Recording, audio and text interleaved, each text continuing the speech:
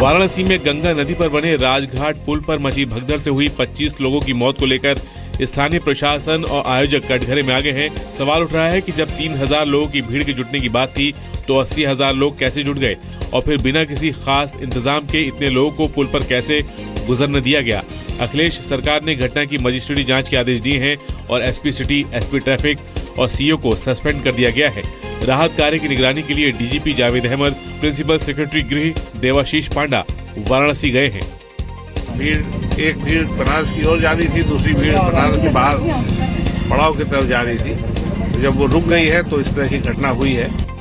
उधर पीएम मोदी ने अपने संसदीय क्षेत्र में हुए इस हादसे पर नाराजगी जताई है। इस बीच जय गुरुदेव संस्था के समागम के दूसरे दिन वहां पीएससी की 20 कंपनियों समेत अतिरिक्त सुरक्षा बलों को तैनात किया गया है। गोवा में ब्रिक्स और बिम्स्टेक आउटरीच सम्मेलन का आज दूसरा दिन है। पीएम नरेंद्र मोदी की आज श्रीलंका के राष्ट्रपति, भूटान के प्रधानमंत्री, नेपाल के प्रधानमंत्री, बांग्लादेश के प्रधानमंत्री से मुलाकात होनी है।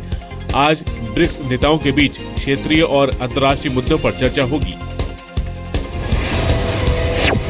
ब्रिक्स सम्मेलन में हिस्सा लेने आए रूस के राष्ट्रपति व्लादिमीर पुतिन से पीएम नरेंद्र मोदी की मुलाकात के बाद भारत ने रूस से 39,000 करोड़ में एयर डिफेंस मिसाइल सिस्टम खरीदने का करार किया है। भारत रूस से $1 अरब के 200 कमोव हेलीकॉप्टर भी खरीदेगा, जिसका भारत में संयुक्त उत्पादन होगा। दोनों देशों के बीच 16 समझौते हुए हैं। In Russian, Staria Drugluche Novik Duvak means an old friend is better than two new friends. PM Modi ने कहा कि आतंकवाद पर भारत और रूस की सोच एक जैसी है। पीएम मोदी ने गोवा आए चीन के राष्ट्रपति शी जिनपिंग से भी आतंकवाद के मुद्दे पर, खासकर मसूद अजहर पर यूएन के प्रतिबंध के मसले पर बात की। भारत ने उम्मीद जताई है कि इस पर चीन भारत का पक्ष समझेगा। जिनपिंग से मोदी ने साफ कहा कि आतंकवाद के मुद्दे पर अलग अलग राय नहीं रखी जा सकती। मोदी और जिनपिंग ने एनएसजी में भारत की एंट्री पर भी चर्चा की, जिस पर आगे भी बातचीत की जाएगी। दिल्ली के पास यूपी में नोएडा की एक पॉश कॉलोनी से यूपी एटीएस ने 6 नक्सलियों को गिरफ्तार किया है।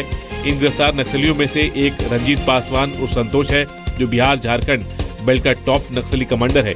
इन नक्सलियों को बम बनाने में महारत हासिल है और एटीएस के मुताबिक ये लोग दिल्ली एनसीआर में बड़ी घटना को अंजाम देने की फिराक में थे।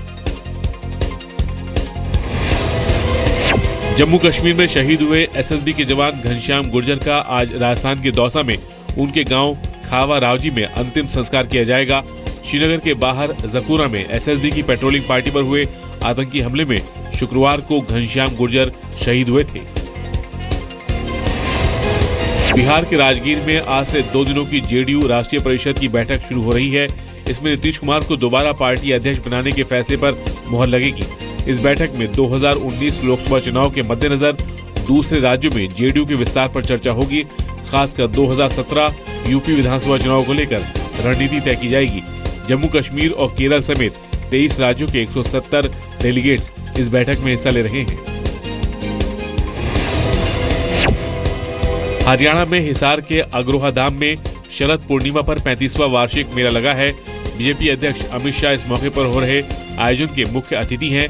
वो आज दोपहर 1 बजे अग्रोहा धाम रैली ग्राउंड पर पहुंचेंगे।